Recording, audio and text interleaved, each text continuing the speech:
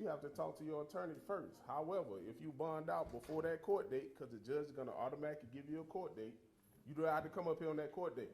That court date is gone. They're going to mail you your next court date. But my misdemeanor people, if you bond out and waive your preliminary hearing, you won't go to court in 2 weeks. You'll go to court 6 months away, regular pace. They only speed up the process for people that are in jail to help you get out of jail faster. You understand that? All right. 3 ways to get out of here. Judge give you a bond amount, $3,000, $4,000, $22,000. You can bring all of it to us. We'll hold on to it. You go to court, guilty or not, you get all of it back. The whole $22,000. You go through that process, you get out of jail in about 2 hours. The second way, you can go through a bonding company. We use 6 of them, all the phone numbers in the house unit. Call around, see who give you the best deal. They charge between 12 to 20%. All right, you don't get that money back, that money is gone. That's your fee, that's the bonding company fee for getting you out of jail. But you go through that process, you get out of jail in about 7 hours. The third way, you can use your house. So anybody in Georgia that might have a house that they want to put up as collateral for you to get out of jail. But they got to have 3 times the bond amount in equity in that home for us to use it as collateral for you to get out of here. So a $3,000 bond, they got to have $9,000 to $10,000 of equity in that home for us to use it as collateral for you to get out of here. They'll bring us the deed, title, mortgage, however you classify it. We'll hold on to it. You go to court, guilty or not, they get their house back.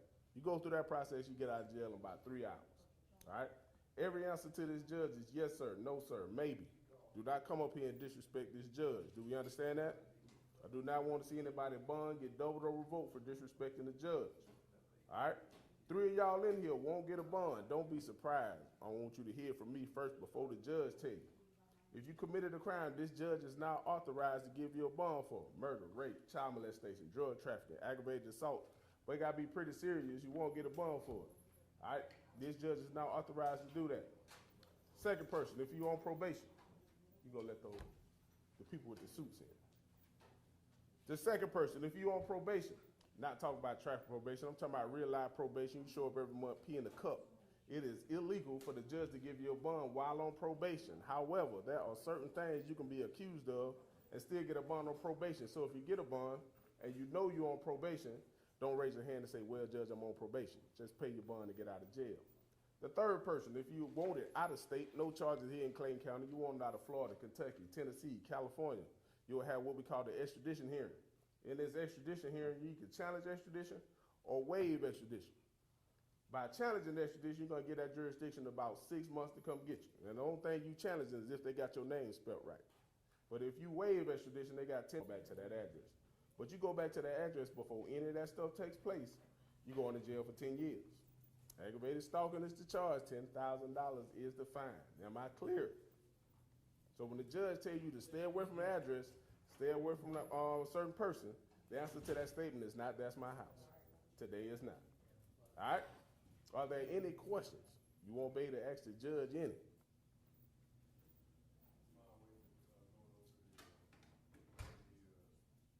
Preliminary hearing?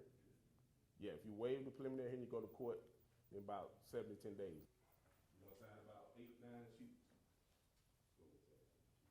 You're going to sign about 8, 9 copies. I'm going to give you a copy on the way out.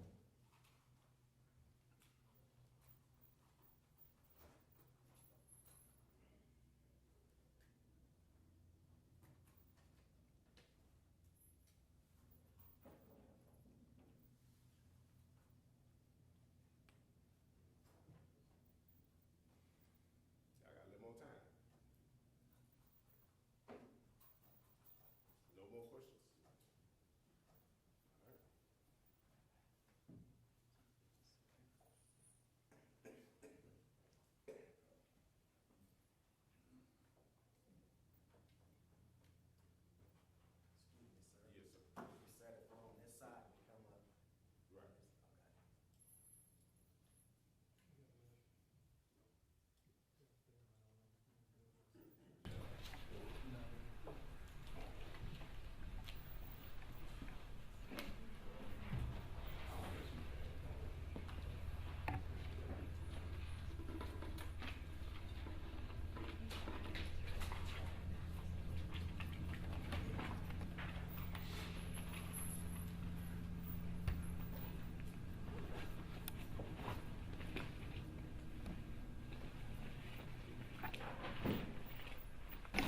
Magistrate Court is now in session. The Honorable Chief Judge Wanda L. Dallas now presiding. You may be seated.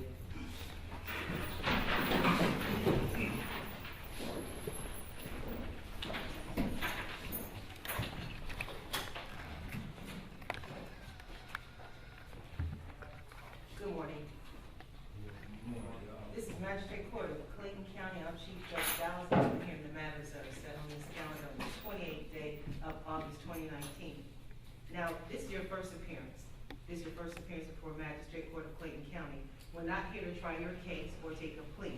You're here for the court to inform you of charges against you, advise you of certain rights, set bond on those offenses for which the court is authorized to set bond, to schedule a preliminary hearing, and to determine whether you require the assistance of an attorney. You have the right to remain silent and say nothing. But should you give up this right, anything you say during this proceeding may be used against you if this case goes to trial. During this and all other proceedings, you have the right to a presumption of innocence unless and until the state proves your guilt beyond a reasonable doubt. You have the right to a speedy and public trial by jury. You have the right to see, hear, and cross-examine any witnesses who are called to testify against you. You have the right to compel the attendance of witnesses in your own behalf by subpoena. You have the right to testify and offer other evidence in your own defense, should you choose to do so. But should you choose not to do so, no presumption of your guilt may be raised. You have the right to have an attorney represent you. If you cannot afford to hire your own attorney, one will be appointed to represent you. Each of you, as a matter of procedure, has completed an application for court-appointed attorney. I would ask you individually whether you intend to hire your own attorney or if you wish to have one appointed for you. If an attorney is appointed and you are unable to post bond for your release from jail, the attorney should meet with you in the detention center within 72 hours. At this time, I'm going to administer an oath with regard to the information that you all have given in the application for appointed counsel. We have everybody raise your right hand, please. Do each of you swear or affirm the information provided in your application for appointed counsel is the truth, the whole truth, and nothing but the truth, so help you God? If you do, please say I do. I do. Okay, thank you. Now, some of you will be allowed to post unrestricted bonds for your release from jail pending the prosecution of your case, cash, commercial, or property. If you post a cash bond, someone's going to deliver the full amount of the bond in cash together with applicable mandated fees to the sheriff's office, who will hold it until your final court date, at which time the cash bond will be returned to the person who posted it. If you use a commercial bonding company approved by the sheriff, someone's going to have to pay the company up to 15% of the total bond as their fee for their service, which will not be returned. Now, some of you may post property. If someone can post a property bond for you, if they have net equity in the property in an amount equal to 3 times the total amount of the bond. Now, if you have special conditions on your bond that prohibit you from contacting certain people or going to or around certain places, and you will be requested to acknowledge receiving a copy of the bond order. You'll also be prohibited from calling or having any contact with the victim while you are in jail. Should you violate the court's order, the bond will be revoked and you would not be entitled to another bond while awaiting the trial. An additional charge of aggravated stalking could be brought against you, for which you could be sentenced up to 10 years in prison and a $10,000 fine. Any family members who are present and expect to help your family, the person who's being accused of posting bond, please allow up to 3 hours after the first appearance calendar is concluded before you go to the sheriff's office to make a bond. If you are the victim on the warrant and there's a special condition that the accused is not to have any contact with you, you will not be allowed to post their bond. Now, some of you are charged with offenses for which this court is not authorized by jail to set a bond. In this event, a bond hearing is going to be scheduled for a Superior Court judge, and that information will be given to you at a later date. No bond has been set for some of you because records indicate you are currently on active probation. Your bond can be reconsidered after your probation officer has an opportunity to determine if they wish to file a warrant for violation of your probation. That's usually during the preliminary hearing. Now, if you're charged with a misdemeanor, you'll have the option of waiving your preliminary hearing on today. I'll give you more information in this regard after I have addressed those charged with felonies. When you come to the podium, you should find some paper, a pen, and something to write with, and please note the information I give to you should you care to do so. And then please make sure you leave that pen and paper at the podium when you are finished. State versus Kenneth Thomas Bowen III. Come to the podium, please.